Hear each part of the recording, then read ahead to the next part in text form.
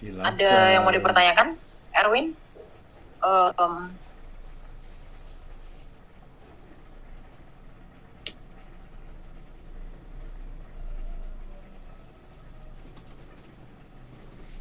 gitu sih? Tolong ya teman-teman, kalau kalian tuh bertanya.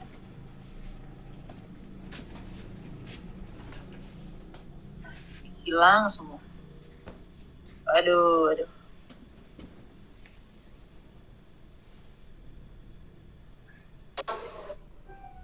Halo, Shalom Tony, silakan.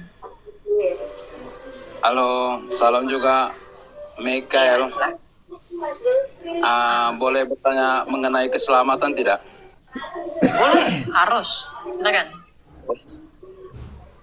Jadi saya juga dari Kristen Kristen yang percaya Tuhan Yesus, dan saya juga orang yang sudah lahir baru. Jadi saya mau bertanya juga gini, dengan kita sesama Kristen yang dengan tanda kutip yang belum lahir baru. Jadi ini saya mau bertanya ini, bagaimanakah tentang keselamatan mereka setelah mereka sudah meninggalkan dunia ini? Apakah memang benar-benar karena kasih karunia Tuhan itukah yang menyelamatkan seseorang itu sehingga dia bisa layak ke surganya Tuhan? Atau adakah, ya seperti kita tahu dalam Yohanes 14 ayat 6 kan, bahwasanya Yesus itu jalan kebenaran dan hidup, tidak ada seorang pun yang datang pada Bapa kalau tidak melalui Yesus. Jadi yang mau saya pertanyakan, bagaimana dengan saudara-saudara kita lah dulu. Saya mau bertanya kepada orang kita Kristen saja lah. Kalau dari saudara seberang saya tidak tahulah mengenai keselamatan mereka. Jadi saya mau bertanya, apakah haruskah kita ini yang percaya sama Yesus juga harus menarik mereka supaya mereka percaya kepada Yesus? Sekian, itu ya saya pertanyakan. Apa menjadi tugas kita seperti itu? Semua dipenuhin ya. Tentu. Kalau Bapak membaca amanat agung Yesus, dia bilang apa? Karena itu pergilah, jadikanlah semua bangsa muridku, dan baptislah mereka di dalam nama Bapa, Putra, dan Roh Kudus. Boleh di-mute dulu nggak, Kak Tony? Oke, sebentar ya. Oke. Ya, jadi kalau kamu berkata, apakah kita boleh atau wajib untuk mengajak mereka untuk menjadi pengikut Kristus? Lah, yang kita beritakan itu kan warta keselamatan. Kekristenan dan semua orang Kristen itu bertanggung jawab atas kabar keselamatan itu. Kenapa? Karena Kristus berkata, karena itu pergilah, jadikanlah semua bangsa muridku, dan baptislah mereka di dalam nama Bapa, Putra, Roh Kudus. Seluruh dunia, dari Samaria ke Yudea sampai ke ujung bumi. Nah masalahnya, kan kita nggak boleh memaksa. Memang kita tidak boleh memaksa. Tapi kita menjadikan mereka murid itu dalam rangka dan seperti apa? Ya, penginjilan itu tidak harus dengan kamu mengkabarkan Injil, tidak. Dalam kehidupanmu sehari-hari yang mencerminkan buah-buah roh, itu orang juga bisa mengenal Kristus dengan baik. Melalui perilaku, ucapan, dan juga tingkah laku. Itu bisa membawa jiwa kepada Kristus. Jadi, apakah kita wajib? Tentu wajib. Wajibnya itu dalam hal apa? Tidak harus jadi pendeta, tidak harus jadi pengajar, tapi dalam tingkah laku dan kehidupan sehari-hari, kita mencerminkan Kristus dan terangnya di dalam diri kita. Karena berkata apa? Yesus berkata apa?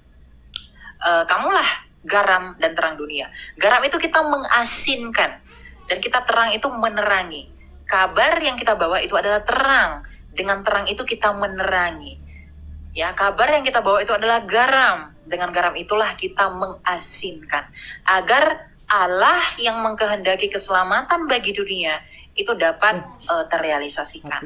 Begitu. Nah, kalau kamu juga tadi bertanya, bagaimana dengan keselamatan kita? Apakah kita sudah pasti selamat? Yesus itu menjawab apa? Yesus itu memberi legitimasi untuk hal itu. Barang siapa yang percaya kepadaku, ia pasti tidak binasa. Namun pertanyaannya, percayanya itu percaya yang bagaimana? Tentu percaya di sini adalah percaya yang sungguh-sungguh percaya. Bukan sekedar dia punya KTP kekristenan atau mungkin identitasnya sebagai Kristen, menjadi pelayan Tuhan, tetapi tidak menghidupi firman itu. Karena orang yang demikian pun akan ditolak. Bahkan Rabi Saul atau Rasul Paulus pun dia berkata apa? Aku berusaha untuk memenangkan pertandingan ini. Dan dia sudah sampai kepada ujungnya. Nah, jadi dari hal tersebut kita dapat belajar bahwa kepastian keselamatan itu sudah diberikan oleh Kristus Yesus. Tapi kepastian keselamatan itu hanya didapatkan oleh orang Kristen yang sungguh-sungguh mengikuti Dia dan juga melakukan perintahnya dengan motivasi yang baik. Jadi tidak semua orang yang mengaku Yesus Kristus itu adalah Tuhan nanti akan diterima. Karena banyak orang yang mengaku Kristen tapi perbuatannya tidak mencerminkan seorang Kristen. Karena dengan demikian, kamu mengaku Kristen tapi perbuatanmu tidak kudus, perbuatanmu tidak berkenan bagi Tuhan, sesungguhnya engkau menghujat Allah. Kenapa? Karena apa yang kamu akui tidak sesuai dengan apa yang kamu perbuat. Jadi keselamatan yang pasti itu diberikan kepada mereka yang sungguh-sungguh mengikut Kristus dan juga menghidupi firman. Begitu kira-kira Kak Tony. Atau mungkin ada ditambah dari Kak Agatha atau siapa? Pastor Jackie atau Bu Lina, silakan. Ya. Agatha mungkin. Oke, nambahin sedikit aja ya. Udah pasti yang dijelaskan Kak Michael ya, tetapi jangan kita berbesar hati atau berbangga diri juga ya. Karena memang keselamatan itu pasti dan iya dikatakan Yesus. Kita yang saat ini yang hidup di dalam iman Kristen sedang diselamatkan. Artinya apa? Ada juga perintah yang lain. Jadi bukan hanya percaya dan dibaptis, tetapi tetap taat dan kerjakanlah keselamatanmu itu. Dasar keselamatan itu sudah kita pegang, yaitu Yesus Kristus. Lalu bagaimana dengan ketaatan kita? Bagaimana dengan iman kita yang adalah tangan untuk menerima kasih karunia Allah itu? Nah, kita ini diberikan yang namanya benih, yaitulah Roh Kudus, yang ketika kita dibaptis, kita mendapatkan benih. Benih Roh Kudus itu ada di dalam kita. Dan Roh Kudus itu adalah materai untuk kita. Tanda jaminan kita adalah milik Allah. Kalau kita adalah milik Allah, Filipi 3 ayat 20-21 dikatakan, kewargaan kita adalah kewargaan surga. Dan dari sana kita akan menantikan untuk tubuh kita ini diubahkan menjadi tubuh yang sama seperti tubuh Kristus. Artinya keselamatan itu nanti ketika kita sudah diubahkan dengan tubuh yang sama dengan tubuh kebangkitan Kristus. Itulah keselamatan yang full. Karena di dalam Alkitab dikatakan, ketika kita percaya kepada Kristus dan kita dibaptis, kita menerima Roh Kudus, itulah arabon atau jaminan, down payment, ya istilahnya. Kita baru mendapatkan sebagian dari keselamatan itu sampai nanti digenapi ketika Yesus datang kedua kali. Jadi kita sebagai orang Kristen, kembali lagi kepada perilaku Rasul Paulus yang tadi sudah dikatakan Kak Michael, dia telah menyelesaikan pertandingan hidupnya dengan baik. Artinya Rasul Paulus juga nggak takabur, saya pasti selamat, tidak. Tetapi dia tetap dalam kerendahan hati, meminta hari demi hari hingga hari akhirnya, minta dilayakkan di dalam Kristus. Jadi kita juga harus seperti itu. Jadi kita jangan kepedean, kita udah anak Tuhan, kita udah anak Allah, gua pasti selamat. Tidak seperti itu. Tetapi tetap taat, kerjakanlah keselamatan. Dan seperti yang dibilang Kak Michael juga, kita menginjili dengan cara perilaku kita.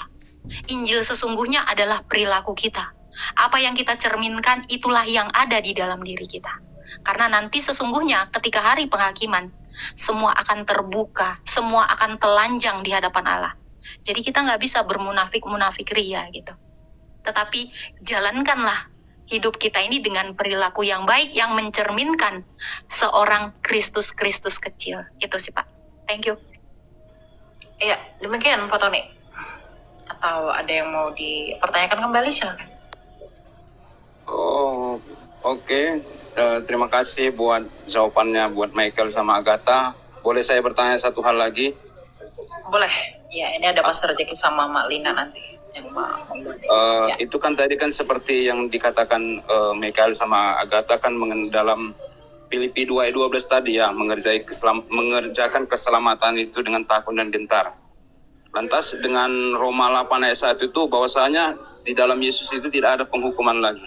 Jadi kalau seseorang yang sudah percaya sama Yesus, lalu mengenai karakter kita kan masih ada nih yang sifat marahnya ataupun sifat pemikirannya yang negatif kita katakan terhadap seseorang. Apakah itu berkenan bagi Tuhan? Sekian, mau tanya itu aja. Oke, saya tanggepin dikit ya. Tadi mengenai Roma, dikatakan apa?